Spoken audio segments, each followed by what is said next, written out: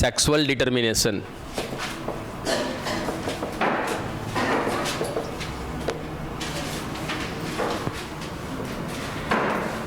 हिंदी में क्या बोलते हैं बच्चा इसको? लिंग निर्धारण।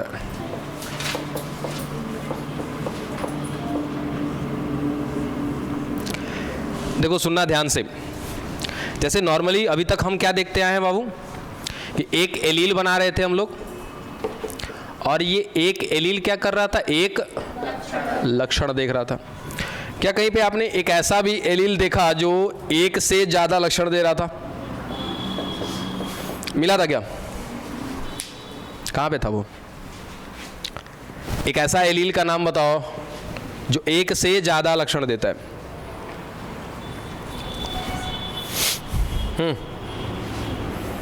कोई ऐसा जीन था जो एलील बनने के बाद एक से ज्यादा लक्षण दे रहा था? कौन था? नहीं पता। कोई ऐसा जीन जो एलील बनने के बाद एक से ज्यादा लक्षण देगा? बेकार है। हाँ जी बैठो, पता चल रहा है हमें। अरे वाह वाह वाह, बता। प्लियोट्रॉपिक जीन, बैठो। सही है, याद है ना? प्लियोट्रॉपिक जीन एक ऐसा जीन था हमारे पास जिसका जब एलील बनेगा तो वो एक नहीं एक से ज्यादा लक्षण देगा, और जो एक से ज्यादा लक्षण दे रहा था वो क्या था? पुष्प का रंग था और बीज का रंग। चलो, कुछ हमने ऐसी भी स्थिति देखी थी जिसमें लक्षण तो क्या हो रहा था? एक आ रहा था, लेकिन एलील क्या थे? एक से ज्यादा। क्या बोला था उसको? बहुजनिक वंशा गति बोला था। ये सब कुछ कंडीशन देख चुके हैं हम लोग। अब सवाल बार बार किस पर आ रहा है बच्चा? देखो तो एलील पर। क्या हमने एलील को समझा है क्या कि एक एलील का मतलब क्या होता है? एक जोड़ी जीन। अभी तक जीन से बाहर नहीं निकले थे हम ना। हम जो भी कहानी हम देख रहे थे वो कहां पर देख रहे थे? जीन का। कि जीन है वो अगर जोड़ी बनाएगा तो क्या कहलाएगा? एलील कहलाएगा। और यदि वो जोड़ी एक समान गुणसूत्रों पर है, यानी कि एक नंबर का है, दूसरा भी एक नंबर का है, हो सकता है कि ये 21 नंबर हो तो ये भी क्या होना चाहिए? 21 नंबर। तो ऐसे ही स्थितियों को हम क्या बोलते हैं? समजात। समजात। तो ये समजात वाली भी स्थिति देखी थी कि समजात पर भी मिल रहा है कोई जीन, यहाँ पर ही दोनों ने जोड़ी बना लिया तो क्या कहेंगे? एलील कह देंगे। यहाँ मिल रहा है, यहाँ मिल रहा है, जोड़ी बनाया तो क्या बोलेंगे? एलील बोलेंगे। और ये एलील क्या करेगा? एक लक्षण को लेकर के आएगा। चलो, फिर कुछ ऐसी स्थिति देखी थी जिसमें क्या मिल रहे थे? असमजात। ये समजात नहीं है, असमजात है। असमजात पर मिलने वाला जीन यदि जोड़ी बनाता है तो वो भी एलील कहलाता है, लेकिन वो कैसा एलील होता है? अयुग्म विकल्पी होता है। याद है, एक था युग्म विकल्पी, दूसरा क्या था? अयुग्म विकल्पी। कुल मिला जुला कर क्या मिला था हमको? एक जोड़ी जीन, और ये एक जोड़ी जीन रिस्पॉन्सिबल था लगभग एक लक्षण को लाने के लिए। ठीक है। हाँ, इसमें थोड़ा सा कहीं पे अंतर देखा था हमने, जिसको बोला था प्लियोट्रॉपिक जीन। था तो एक ही जीन का जोड़ा, लेकिन वो क्या कर रहा था? एक से ज्यादा लक्षण को ला रहा था। चल, अभी तक कुल मिला जुलाकर हम कहाँ घूम रहे थे? एलील के पास या तो फिर जीन के आसपास घूम रहे थे। लेकिन अब थोड़ा सा बदलाव है। क्या बदलाव है? अब पूरा का पूरा गुणसूत्र देखने वाले ढंग। चल, अब लिंग निर्धारण देखो, ध्यान देना कि लिंग निर्धारण भी क्या है? एक प्रकार का लक्षण है। यहां पे निर्धारण मतलब फिक्स करना। क्या फिक्स करना? लिंग। लिंग जो होते हैं वो दो प्रकार के होते हैं, एक होता है नर और दूसरा होता है मादा। इसी कारण से मेजरली जंतुओं को क्या कहा जाता है? लैंगिक द्विरूपता कहा जाता है। बात है, हमने बोला था सेक्सुअली डायमॉर्फिज्म। जैसे मनुष्य क्या होता है? एक प्रकार का ऐसा प्राणी है जो एक चीज को दर्शाता है, जिसको क्या बोलते हैं? सेक्सुअली डायमॉर्फिज्म, लैंगिक द्विरूपता। यानी कि लैंगिक रूप से इनके शरीर के दो रूप हैं, एक नर का शरीर है, दूसरा मादा का शरीर है। नर के शरीर में नर जननांग मिलेगा, मादा के शरीर में मादा जननांग मिलेगा। ठीक है, तो ये दो शरीर दिख रहा है, इसीलिए हम क्या बोलते हैं कि जो मतलब कि मनुष्य का शरीर होता है वो कैसा होता है? लैंगिक द्विरूपता को दर्शाता है, यानी कि नर शरीर अलग, मादा शरीर अलग। अब दोनों में यदि हम कंडीशन की बात करें तो दोनों के अंदर गुणसूत्रता कितनी होगी? 46 होगी। ठीक है, अब इस 46 में से कुछ ऐसे गुणसूत्र होते हैं जो लिंग के निर्धारण में सहयोग करते हैं। ठीक है, अब 46 को अगर हम डिटेल में लिखना चाहें ना तो कुछ ऐसे लिखते हैं, 44 + 2। मैं XY नहीं लिख रहा अभी, सीधा सीधा 44 + 2। ये 44 जो हैं ये 22 जोड़ी के रूप में होंगे। 22 जोड़ी यानी कि कितने हो जाएंगे? 44 हो जाएंगे। और ये जो 2 है वो क्या होगा? एक जोड़ी के रूप में होगा। तो ये जो 44 हैं इनको कहते हैं बच्चा हम लोग अलिंगी गुणसूत्र। यानी कि ये 44 ऐसे गुणसूत्र हैं जिनका लिंग से कोई लेना देना नहीं है, इनके वजह से लिंग का कोई भी असर नहीं आएगा। तो ये करेंगे क्या? तो इन 44 पर उपस्थित है बहुत सारे जीन। वो जीन क्या करेंगे? अपनी जोड़ी बनाएंगे, एलील बनाएंगे और लक्षण लेकर के आएंगे। कैसे लक्षण? लिंग को छोड़ करके बाकी सारे लक्षण। जैसे मैं लंबा हूँ, काला हूँ, सांवला हूँ, है ना, मेरे बाल काले हैं, भूरे हैं, मैं मोटा हूँ, पतला हूँ, ये सभी जितने भी लक्षण हैं वो सारे लाने के लिए कौन जिम्मेदार है? ये 44 के 44, जिनको नाम दिया जाता है क्या? अलिंगी गुणसूत्र। इसको इंग्लिश में कहते हैं एसेक्सुअल क्रोमोसोम। Asexual chromosome. एक और नाम देते हैं इसको इंग्लिश में ऑटोसोम। याद रह जाएगा तो रख लीजिएगा ये सारी बातें। ठीक, बचे कितने? 2। अब इन दोनों को कहा जाता है लिंगी गुणसूत्र। लिंगी गुणसूत्र। ठीक है, क्या बोलेंगे इसको इंग्लिश में? Sexual chromosome. और इसको एक और नाम देते हैं एलोसोम। बोलो यहां तक की बात क्लियर? बस अभी फिलहाल हमने कुछ पढ़ा ही नहीं, बस इतना जाना है कि एक मनुष्य है, मनुष्य के अंदर कितने गुणसूत्र? 46। उस 46 में से 44 क्या कर रहे हैं कि बाकी लक्षण लाने का काम कर रहे हैं। 2 जो क्रोमोसोम है, 2 जो गुणसूत्र है, वो उसके लिंग का निर्धारण करेगा कि आगे आने वाला जो बच्चा जो पैदा होगा एक लड़के के रूप में पैदा होगा या फिर एक लड़की के रूप में पैदा होगा। अगर मैं लड़का हूं तो मेरे लिए कितने गुणसूत्र जिम्मेदार होंगे? 2। अगर कोई लड़की है तो उसके लिए कितने गुणसूत्र जिम्मेदार होंगे? 2। बाकी 44 क्या कर रहे होंगे? तो इस लिंग को छोड़ करके उस मादा के अंदर या उस नर के अंदर जितने भी लक्षण है ना, वो सारे लक्षण किस वजह से हैं? उस 44 के वजह से हैं। और वो लड़का है कि लड़की है, वो किस वजह से है? वही 2 के वजह से है। इसीलिए उसको कहते हैं लिंगी गुणसूत्र, सेक्सुअल क्रोमोसोम या तो एलोसोम। डन यहां तक की बात? मिटाएं इसको। चलिए आगे बढ़ते हैं हम लोग।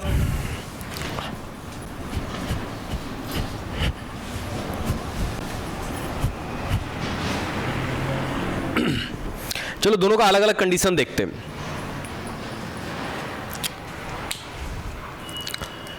एक नर है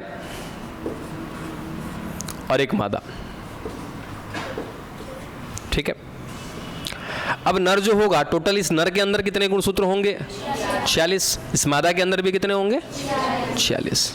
44 तो कॉमन होंगे, जिनको आप क्या बोलते हो? अलिंगी गुणसूत्र। 44 यहां भी होंगे और 44 यहां भी होंगे। +2 यहां पर भी होगा, +2 यहां पर भी होगा। ठीक है, लेकिन असली कहानी इस 44 से नहीं है। 44 तो लक्षण ला ही रहा है, हम क्या कर रहे हैं? लिंग का निर्धारण कर रहे हैं। तो हमको किसको पढ़ना है? इसी 2 को पढ़ना है। और ये जो नर में ना, ये जो दोनों का दोनों है, इस दोनों का नाम यदि जाने तो पता चलता है कि एगो X है, दूसरा Y है। तो इसको अगर हम डिटेल में लिखते हैं तो 44 + XY लिखते हैं। तो ये कंडीशन मिलती है एक नर के अंदर। और एक मादा के अंदर मैं कहूं तो ये जो दोनों है इसको कहते हैं क्या? X। तो डिटेल इसको लिखेंगे तो क्या हो जाएगा? 44 + XX। ठीक है, स्क्रीन एरिया से बाहर नहीं जा रहे हैं ना, कल थोड़ा सा स्क्रीन कट गया था अपना। स्क्रीन में है? ठीक है, 44 + XX। ये कंडीशन दोनों के लिए याद रख लीजिएगा। अब ये एक नर एक मादा, इनके बीच हम करा देते हैं क्रॉसिंग, यानी कि सीधा सीधा इनका बच्चा आएगा तो वो बच्चे में डिसीजन लिया जाएगा कि वो जो बच्चा पैदा होगा वो एक लड़का पैदा होगा या एक लड़की। तो उसका डिसीजन ये दोनों लेने वाला है और ये दोनों लेने वाला है। ठीक है, 44 क्या करेगा देखेंगे। तो हमें क्या कराना है? क्रॉसिंग कराने से पहले क्या बनाना होगा हमको? युग्मक। इस नर के अंदर भी युग्मक बनाना होगा और इस मादा के अंदर भी युग्मक, क्योंकि ये युग्मक नहीं है। अभी मेरे अंदर क्या स्थिति मिल रही होगी? तो 46 गुणसूत्र होंगे, 46 में से ये 44 कौन? अलिंगी। उसके बाद क्या मिल रहा है? X मिल रहा होगा, एगो Y। तो 44 45 46। ठीक, महिला में भी ऐसा ही है, 44 45 46। जब युग्मक बनेगा तो अर्धसूत्री विभाजन होता है ना, तो एक नर के अंदर जब युग्मक बनेगा तो क्या बनेगा? शुक्राणु बनेगा। चलो अब देखो कौन कौन सा। जब शुक्राणु बनेगा तो एलील टूटेगा। गुणसूत्र जो आपस में जुड़े हुए हैं वो क्या होंगे, टूटेंगे। ये 44 है, 44 मतलब क्या है 22 जोड़ी, इनकी जोड़ी टूटेगी क्या, तो टूटेगी जब, तो 44 में से जैसे बंधे हुए थे 22 की जोड़ी में, तो 22 चला जाएगा एक, ठीक है, और दूसरा वाला जो 22 अलग हुआ है वो दूसरे में जाएगा, ठीक है। x y के साथ जोड़ी बना के रखा है तो प्लस x चला जाएगा एगो में, दूसरे में क्या जाएगा y, यानी कि एक नर के अंदर कितने प्रकार के युग्मक बनते हैं, 2 प्रकार के, एगो बनेगा x वाला, दूसरा बनेगा y वाला। डन है, यहाँ तक समझ में आ रहा है। जोड़ी टूटती है, जैसे ये देखो 1 नंबर जोड़ी बनी हुई है, फिर इसी तरीके से 2 नंबर जोड़ी बनी हुई है, ऐसे करते करते कहाँ तक जाएंगे, तो 44 तक, सॉरी 44 तक, 44 और फिर 44 हो गया। ऐसे करते करते हम कहाँ तक आ गए, 44 तक आ गए। उसके बाद 45, 46, तो 45वां कौन होगा, x होगा, और 46वां कौन होगा, y होगा। संख्या के हिसाब से लिख दिया हमने, सॉरी 22 नंबर ना, 22 ठीक है, 22 नंबर हो गया। तो ये एक एक करते करते करते करते कहाँ आ गए, 22 तक आ गए। और जो 23वां जोड़ी होगा वो 23वां जोड़ी क्या होगा, x होगा और y होगा। सबकी जोड़ी टूटेगी, एक नंबर वाला एक में जाएगा, फिर ये दूसरे में, फिर 2 नंबर वाला एक तरफ जाएगा, फिर 2 नंबर वाला दूसरे तरफ, यानी कि सीरियल से 23 को एगो में जाएगा और फिर 23 को दूसरे में जाएगा। टोटल कितने, 46। और हमको पता है कि युग्मक बनाने के लिए कौन सा विभाजन करेंगे, अर्धसूत्री विभाजन के पश्चात जो कोशिका बनती है उसमें कितने गुणसूत्र जाते हैं, आधे। टोटल कितने थे, 46। देखो तो आधे जा रहे हैं ना, 23 और 23, तो 22 जा रहा है अलिंगी, एक जा रहा है लिंगी। इसमें भी 22 अलिंगी और एक लिंगी। हमने 2 अलग अलग इसलिए बनाया है क्योंकि इसका अंतिम वाला दोनों क्या है, अलग अलग है। एक x है, दूसरा y है, तो x एक में जाएगा, y दूसरे में जाएगा। आ जाए मादा में हम लोग, ठीक यही कहानी होगी। 44 है तो मादा के अंदर क्या बनेंगे, अंडाणु बनेंगे। तो 44 की जोड़ी जब टूटेगी तो 22 हो जाएगा क्या, ये x वाला जब जोड़ी टूटेगा तो 22 प्लस x, 22 प्लस x। अब देखो दोनों एक जैसा है, ये भी x वाला है और ये भी x वाला है। अब दोनों को बनाओगे तब भी चलेगा, एक को बनाएंगे तो भी चलेगा, क्योंकि ये भी x है और ये भी x। लेकिन नर में क्या बना, 2 प्रकार का। यहाँ पर कितना प्रकार का बना, 1 प्रकार का। चलो युग्मक बना लिया। अब युग्मक बनाने के बाद क्या करना होता है, क्रॉसिंग कराना है ना। आइए क्रॉसिंग कराते हैं।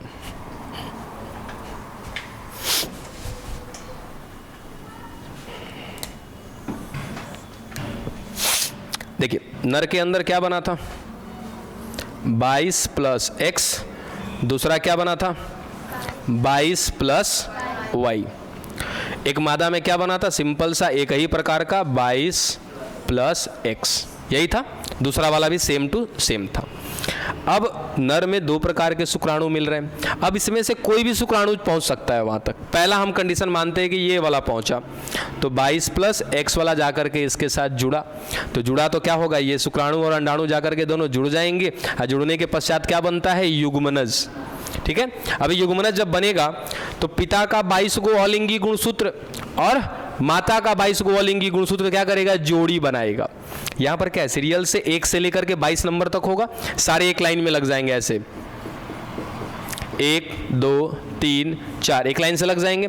वैसे ही माता वाला भी 22 क्या होगा, इसके साथ जोड़ी बना लेगा, माता वाला एक पिता वाला, फिर एगो माता एगो पिता, ऐसे करके जोड़ी बनाते बनाते क्या कर लेंगे कि ये 22 अपनी जोड़ी बना लेंगे इसमें। तो क्या हो जाएगा, 44 प्लस ये क्या है x, दूसरा भी क्या है x।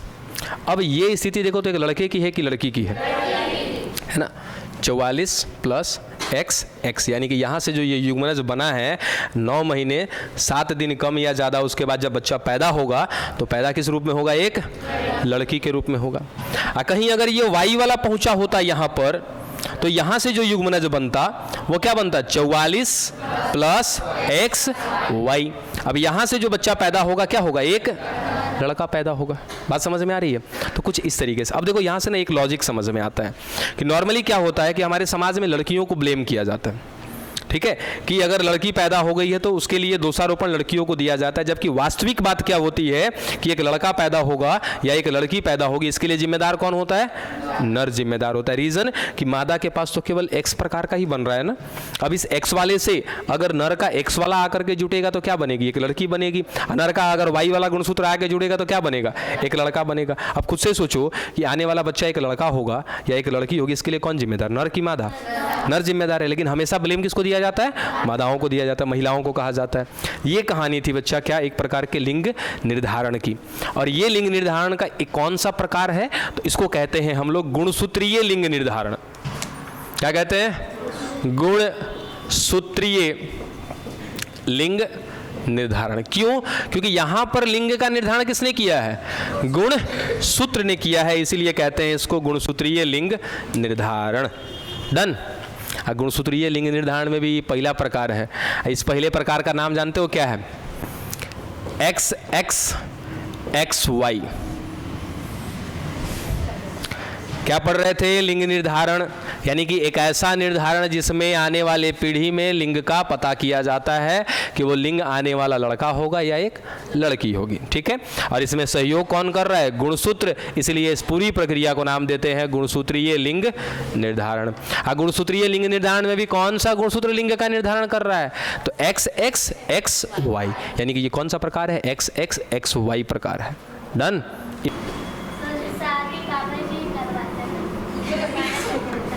देखो बाबू, अब क्या लॉजिक है, साइंस लॉजिक पे नहीं चलता है, आपको पता होना चाहिए। साइंस के पास अपना खुद का डेरिवेशन है, अपना खुद का थियरी है, तब जाके साइंस एक साइंस है। और आपको एक बात बताया था ना कि कोरोना काल में हमारे प्राइम मिनिस्टर ने एक स्टेटमेंट दिया था। कोरोना काल में चाहते तो बहुत सारे बाबा लोग हैं ना हमारे पास, एक से एक अंतर्यामी लोग हैं बाबा बागेश्वर हैं, तो कहाँ हैं। जब इतना ही ज़्यादा सब कुछ लोग हैं, सोचो, मैं किसी को नहीं मानता, बाकी अपनी अपनी मर्जी। ठीक है, जब बागेश्वर बाबा ये हैं, सब कुछ जान ही रहे हैं, तो फिर इस देश में गरीबी का है? फलानवा बाबा ये हैं, वो सब कुछ भविष्य जान रहे हैं, भूत जान रहे हैं, वर्तमान जान रहे हैं।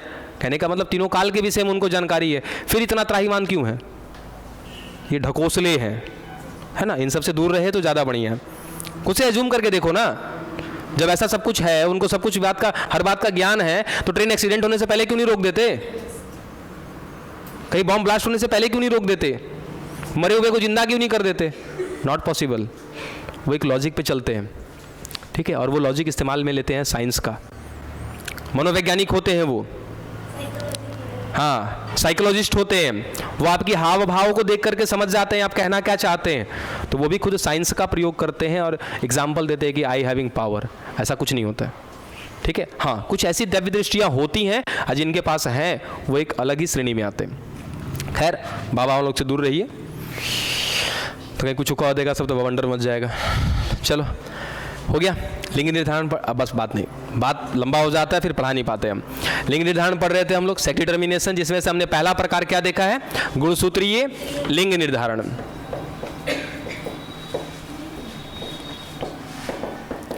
यानी कि यहां पर जो डिसीजन लिया गया वो किसने लिया था? गुणसूत्र ने लिया था। और गुणसूत्र में हमने पहला प्रकार खत्म किया है, एक्स एक्स एक्स वाई, खत्म हो गया हमारा। डन। चले, अब दूसरा लिखेंगे, वहीं से आपका दिमाग खराब। दूसरा प्रकार है एक्स एक्स एक्स वाई। मैंने पहले बोला था कि दूसरा लिखेंगे और दिमाग खराब होगा। पहला प्रकार है एक्स एक्स एक्स वाई, और दूसरा प्रकार है X X X Y. Same तो है, आइए डिफरेंट करते हैं। एक बात जरा यहाँ पे नोटिस करिएगा सभी लोग, ये एक्स एक्स किस में मिल रहा था? ठीक है, ये एक्स वाई किस में मिल रहा था? नर में। इन दोनों में समान कौन? एक्स वाई की एक्स एक्स? एक्स एक्स समान है, तो ऐसी स्थिति को हम बोलते हैं समयुग्मता। ठीक है, इसमें ई वाले एक्स एक्स और एक्स वाई में समयुग्मता को कौन प्रदर्शित कर रहा है? एक मादा। ये कहलाता है विषम युग्मता। और इस स्थिति में विषम युग्मता को कौन प्रदर्शित कर रहा है? एक नर। ठीक है, इस बात को ध्यान में रखिएगा यहाँ। उसके बाद यहाँ पर चलते हैं। अब यहाँ भी एक्स एक्स आ रहा है, एक्स वाई आ रहा है, तो कन्फ्यूज़न हो जाएगा कि एक्स एक्स और एक्स वाई अभी अभी जस्ट पढ़ के भी ख़त्म किया है हमने। हम अल्फ़ाबेट बदल देते हैं, यानी कि जो ABCD का लेटर है ना, इसको बदल देते हैं हम। इसको कर देते हैं जेड जेड। ठीक है, समान यहाँ भी था, समान यहाँ भी रखा है हमने, बस केवल हमने अल्फ़ाबेट बदला है इसलिए, ताकि अभी जो पीछे पढ़े हैं एक्स एक्स, ये कन्फ्यूज़न ना हो हमको। ठीक, दूसरा क्या है? विषम है, तो इसको विषम में हम लिख देते हैं जेड डब्लू। बात वही है, वैसा ही है, आपके NCERT में भी मेंशन किया गया इस बात को, है सेम चीज़ें, बशर्ते हमने लेटर इसलिए बदला है ताकि वो उसके साथ जाकर के मैच ना हो जाए। जेड जेड जेड डब्लू, सम है, यहाँ भी सम है, विषम है, विषम है। डन यहाँ तक। अब लफड़ा शुरू। लफड़ा क्या शुरू? ई वाले में सम युग्मता को किसने दिखाया था? एक मादा ने। यहाँ पर सम युग्मता को पता है कौन दिखाएगा? एक नर दिखाएगा। सम युग्मता, और सम युग्मता को दर्शाने वाला कौन है? एक नर। ठीक है, ज़्यादा लॉजिक मत लगाओ, अपनी परेशानी खुद बढ़ा लोगे। दूसरा है विषम युग्मता वाला। इस विषम युग्मता को दर्शाने वाली कौन है? एक मादा। अब ये पूछना नहीं चाहेंगे कि सर ये है कहाँ पर, किसके पास है? ठीक है, एग्जाम्पल याद रखिए, तितली, चिड़िया, हाँ नहीं तितली, चिड़िया, उसके बाद सरीसृप, जो रेंगने वाले होते हैं ना, सरीसृप जो रेंग कर, हाँ, तो ये सभी जो है कहीं ना कहीं ऐसी स्थिति होती है, इनमें एक नर जो है सम युग्मता को प्रदर्शित करता है और एक मादा जो है विषम युग्मता को प्रदर्शित करती है। बात सेम है। अब यहाँ से जो युग्मक बनेगा वो क्या बनेगा? जेड और जेड। यहाँ से जो बनेगा वो क्या बनेगा? जेड और दूसरा डब्लू। ठीक है, अब अगर ये देखो तो दोनों क्या है? सेम सेम है। अब अगर जेड वाला आएगा, जेड के साथ मिल जाएगा तो क्या बनेगा? नर। अगर ये डब्लू वाला आकर के मिल गया तो क्या बनेगा? अब यहाँ पे डिसीजन कौन ले रहा है? एक नर की एक मादा? एक मादा डिसीजन ले रही है। बात समझ में आई? तो मनुष्यों में कौन, ये मनुष्यों में नहीं है, मनुष्यों में कौन ले रहा है? एक नर डिसीजन ले रहा है कि अगली पीढ़ी में कैसी स्थिति आएगी, और यहाँ पर कौन ले रहा है? एक मादा। यानी कि हम ऐसा भी कह सकते हैं ना कि जिसके अंदर विषम युग्मता की स्थिति पाई जाएगी वो अगले पीढ़ी में लिंग के निर्धारण का जिम्मेदार होगा, है ना, कि लिंग कैसा आएगा उसके लिए कौन जिम्मेदार? सम युग्मता वाला कि विषम युग्मता वाला? डन। सेम यही चीज जैसे हमने पीछे डायग्राम बना के देखा, वही डायग्राम यहां भी बनेगा। ठीक है, मिटा दें।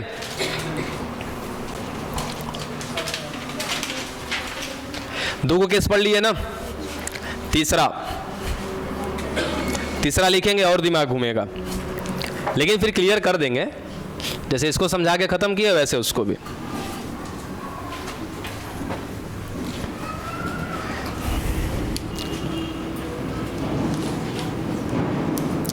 तीसरा एक्स एक्स एक्स जीरो। तीसरा है एक्स एक्स और एक्स जीरो। अब जीरो इसलिए लिखा क्योंकि वहां पर एगो गुणसूत्र है ही नहीं, नष्ट हो गया है। बात समझ में आया? चलिए, अब ये किसमें होता है तो फटाफट हम पहले इसका अगर एग्जाम्पल लिख लें तो याद रखना, तेलचट्टा में, और दूसरा आपका टिड्डा समझते हो, टिड्डा, ग्रास ऑपर, ठीक है, फतिंगा जिसको कहते हैं। आगे बढ़े, देखिए क्या तिलचट्टे में और टिड्डे में भी क्या होगी? एक ऐसी स्थिति जो नर को प्रदर्शित करेगी और एक ऐसी जो मादा को। नर मादा, ठीक है। अब नर के अंदर जो होगा वो स्थिति होगा एक्स जीरो का, ठीक है, और मादा के अंदर जो स्थिति होगा वो क्या होगा? एक्स एक्स का। अगर टोटल मैं गुणसूत्र की बात करूं तो एक टिड्डे की अगर हम बात कर लें तो टिड्डे के मादा में टोटल गुणसूत्र होते हैं 24 और नर में होते हैं 23। अब कहो 23 का है, क्योंकि एगो देखो गायब है ना, इसका एगो जोड़ी क्या है, गायब है। यहाँ पर एक और होना चाहिए था ना, लेकिन है ही नहीं, यहाँ पे अब्सेंट है, इसीलिए यहाँ पे क्या लिखा, टोटल 23 है। सॉरी ये ध्यान नहीं दिया, यहाँ पे क्या होगा 23, यहाँ पे 24, ठीक है। यहाँ पे एगो कम है इसलिए क्या हो गया 23, यहाँ पे बराबर है इसलिए टोटल 24। अब जब ये युग्मक बनाएंगे तो क्या स्थिति आएगी, ये तो टोटल गुणसूत्र हो गए कि टोटल गुणसूत्र कितने हैं 24 मादा में, और टोटल गुणसूत्र कितने हैं 23 नर में। 24 यहाँ भी है ना, 24 यहाँ भी है, लेकिन एगो क्या है, गायब है, इसलिए हमने क्या लिखा है इसको 23, ठीक है। अब जब मैं इसकी जोड़ी तोड़ूंगा और क्या बनाने वाला हूँ, इसका युग्मक। पहले हम इसका बनाते हैं, ठीक है। इसका बनाएंगे तो क्या बनेगा, 2 युग्मक यहां से बनाते हैं। 24 है तो 24 में से क्या होगा, है 12। एक ना भुला गए, इसको कैसे भूल गए बुड़बको, 22 + x न होगा, 22 + x यानी कि 22 23 24। वैसे यहां भी क्या होगा 22 + x 0, 22 1 23 24वां वाला गायब है। अब बात समझ में आई, चलो तब ये 22 की जोड़ी है, तो 22 की जोड़ी हो गई, और उसके बाद 23 24, तो ये 22 जो है कैसे आया होगा, 11 11 की जोड़ी में होगा कि नहीं होगा, 11 + 11 होगा, तब जाके क्या आया होगा 22। तो यहाँ पे क्या जाएगा 11, दूसरे में भी क्या जाएगा 11। अब जब इसका टूटेगा तो क्या जाएगा +x, इसमें भी क्या जाएगा +x। हो गया क्या, जोड़ के देख लो, 11 दूनी के 22 23 24, ठीक है। यहाँ पे जब हम ऐसा करेंगे तो क्या जाएगा, यहाँ भी 2 को बनेगा युग्मक, 11 और 11, एक में क्या जाएगा x, और दूसरे में क्या जाएगा 0, है ना, काहे, क्योंकि देखो जोड़ी में ही था 0। हो गया यहाँ तक की कहानी। अब तो कहानी ये इजी है, सोचो यहाँ पे क्या है, समयुग्मता दिख रही है क्या, यहाँ पे डिसीजन कौन लेगा, विषम वाला। हमेशा डिसीजन कौन लेता है, विषम वाला। सम में कौन दिख रहा है, मादा, कभी डिसीजन लेगी क्या यहाँ पे, नहीं, डिसीजन कौन लेगा, नर। तो यहाँ पे दोनों एक समान है, किसी एक को ही लिख सकते हैं हम। चलो अब अगर मैंने इसको इसके साथ जोड़ा तो क्या हो जाएगा, 11 दूनी के 22 प्लस x और x, कितना हो गया 22 23 24। अभी कैसी स्थिति है देखो तो, 22 + x किसका है, यहां से को मादा पैदा होगी ना, ठीक है, नर की स्थिति लेकर आए। जब ई वाला किसके साथ, इसके साथ चला जाएगा तो क्या होगा, 11 दूनी के 22 + x प्लस ई का हो जाएगा, नर हो जाएगा, ठीक है। तो इस तरीके से लिंग निर्धारण किया जाता है, किसका, तिलचट्टे का या तो टिड्डा का।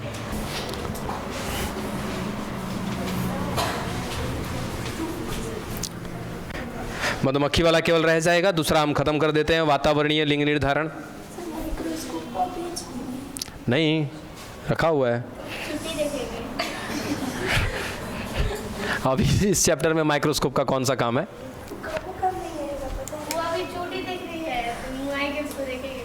चलिए बात बंद। यहाँ देखो, यहाँ देखें, हमने गुणसूत्र के हिसाब से देख लिया। दूसरा हमारा क्या सिचुएशन है, वातावरणीय लिंग निर्धारण।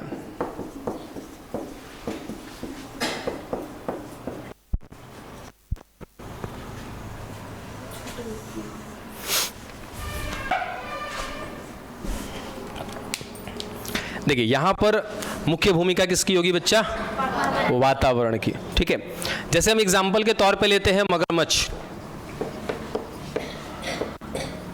मगरमच्छ क्या करता है, अंडे को देता है कि बच्चे को जन्म देता है, अंडे को जन्म देता है, ठीक है। अब अंडा देने वाला जितना भी जीव है ना, उसमें एक बात कॉमन होता है, अंडा देने के बाद जो मादा शरीर होता है वो अंडे को सेकने का काम करती है। सेकना मतलब कि अंडे के ऊपर जाकर के बैठती है, अपने शारीरिक तापमान से धीरे धीरे अंडे को सींचा जाता है। सींचा जाता है मतलब कि वो अंडा धीरे धीरे परिपक्व होता रहता है, ठीक है। अगर एक मगरमच्छ जो है, अब कौन सी मगरमच्छ, मादा, कि एक मादा मगरमच्छ ने क्या दिए, अंडे दिए, वो अंडे के ऊपर क्या करेगी, बैठेगी, अब बैठेगी तो इसका शारीरिक तापमान होगा कुछ, ठीक है, और ये शारीरिक तापमान निर्भर करता है हमारे वातावरणीय तापमान पर। बात मानते हो इस बात को?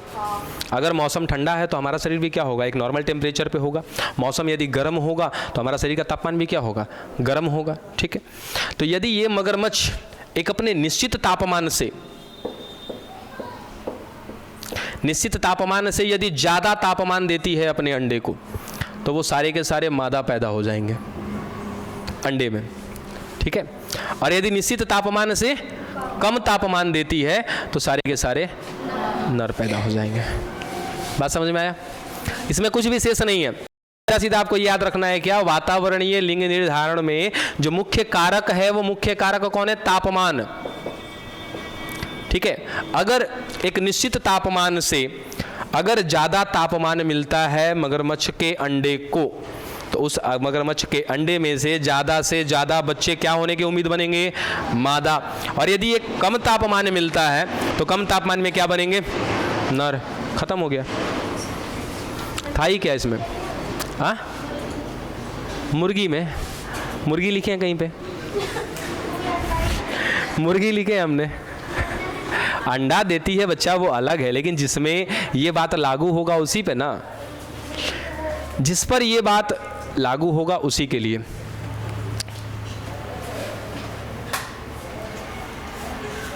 आहा,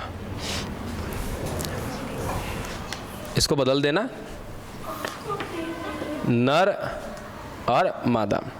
सॉरी, उल्टा लिख दिया था यहाँ पे कि ज़्यादा तापमान मिला तो नर होगा और कम तापमान मिला तो मादा होगी।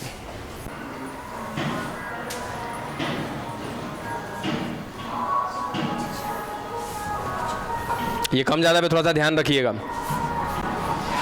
लेकिन मुख्य कारक कौन है, तापमानीय।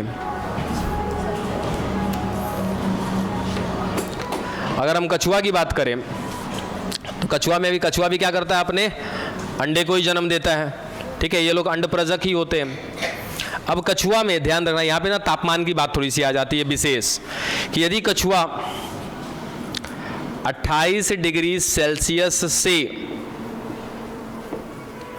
कम तापमान देगी, किसको, अपने अंडे को, ठीक है, तो इस अंडे से जो बच्चे बनने वाले हैं वो सारे के सारे क्या बनेंगे, नर, ठीक है।